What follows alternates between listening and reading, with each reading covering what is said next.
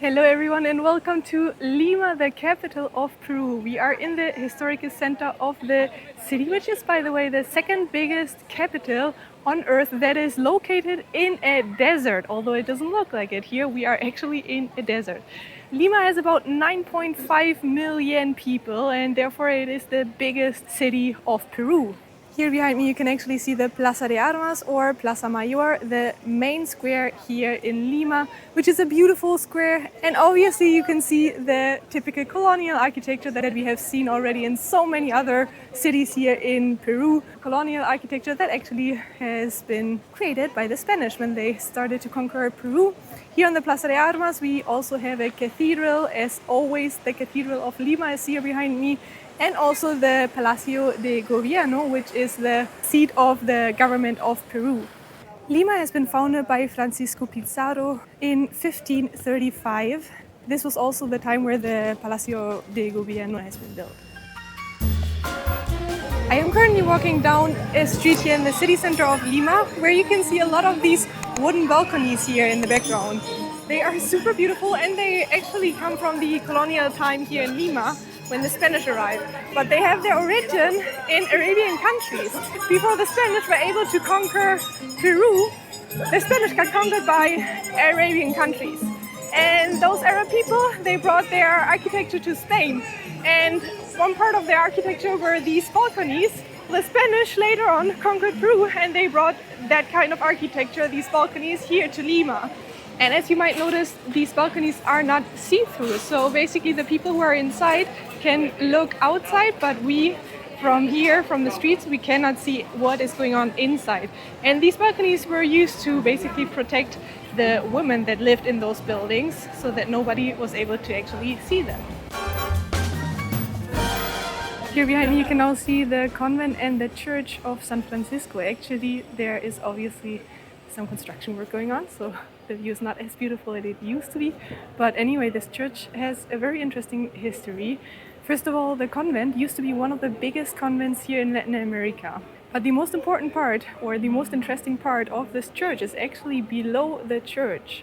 Because below this church there are more than 25,000 bodies buried, meaning you can actually enter the catacombs of the church and see lots of bones. So unfortunately I was not able to film inside because for some reason it is not allowed to take photos, neither is it allowed to film in there. Anyway, inside there you can actually see human bones, and those are real human bones. It is kind of crazy, but that simply is because before, a long time ago, people actually believed that if they were buried below the church, or in general below any church, they would rise up faster to heaven because they would be closer to heaven. So that is why privileged people actually got buried here below the church. And a lot of churches in Peru have lots of bodies buried below it. I would really recommend you to take your time here in the historical center of Lima and to explore all of these really beautiful and cute streets here in the historical center. Especially because the best part of it is actually that there's almost no traffic here in the historical center, which is a really nice escape because the city of Lima is so full of traffic. There is so much chaos everywhere in the city, and well, it is just nice to be here and enjoy a little bit of the calmness of the historical center. But for now it is time to also explore a little bit the modern part of Lima, and that is what we are going to do right now. Let's take a bus and go a little bit to the modern area of Lima.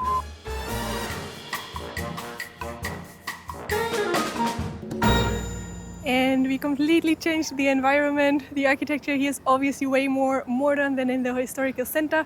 This, my friends, is Miraflores. And Miraflores is known to be a very good and safe district to stay in, also for tourists. There are a lot of hotels, a lot of restaurants and bars here in the area. There's a beach close by. There are a lot of beautiful parks. And in general, it is just a very well-maintained, well-organized district. It seems much calmer here with the traffic than in the city center. And it is just a very beautiful area.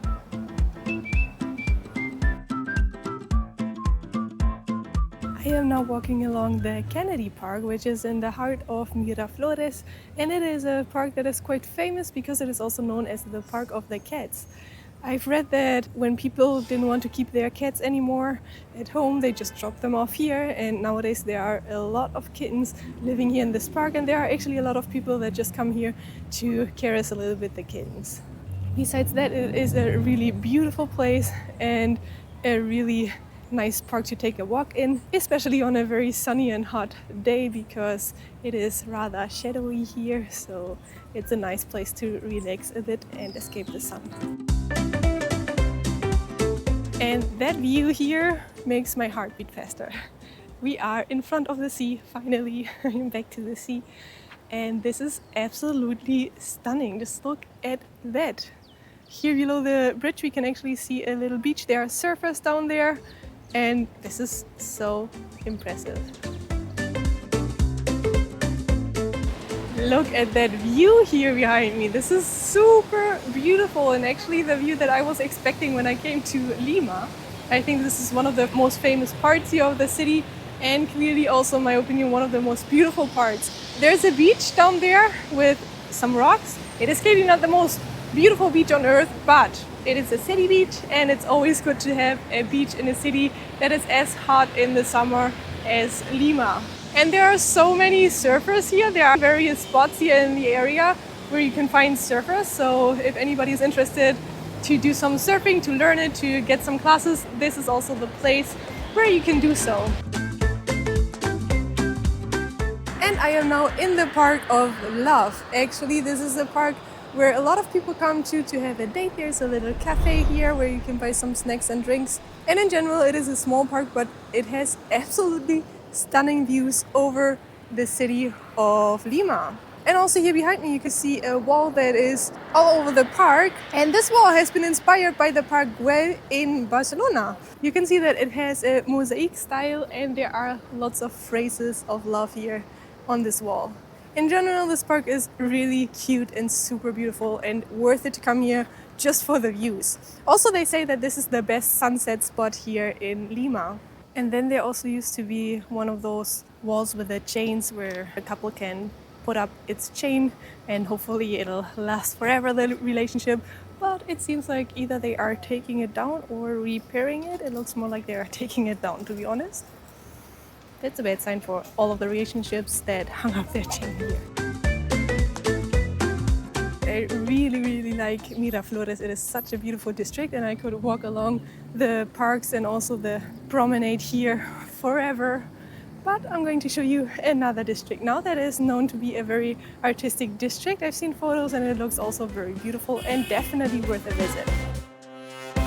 And with that, welcome to Barranco, a Bohemian district that also has lots of that also has a lot of colonial architecture, but also is a very modern district at the same time. When you get here, you actually see a lot of high-end modern buildings, so it's like a mixture of both. And it is famous for its markets. There's a fair that we are going to visit right now, and also there's lots of street art here in the streets that you can have a look at. Wow, this here is a beautiful market. You can find a lot of handmade things here, and by buying here at this market you will support directly local people because it is made by local people here from Lima. Also, there's a lot of food, some bars and so on, so you can enjoy quite some time here. I think it's way bigger than I expected, and on weekends there's even some live music here. This here behind me is the Bridge of Sighs here in the district of Barranco, and this bridge comes with a legend because people say that if you cross that bridge while making a wish, this wish is actually going to become true. But very important here is that you are not allowed to breathe. You have to hold your breath while crossing the bridge. And of course, I mean, I cannot lose an opportunity to make a wish come true. So I'm going to give it a try and I'll cross the bridge now.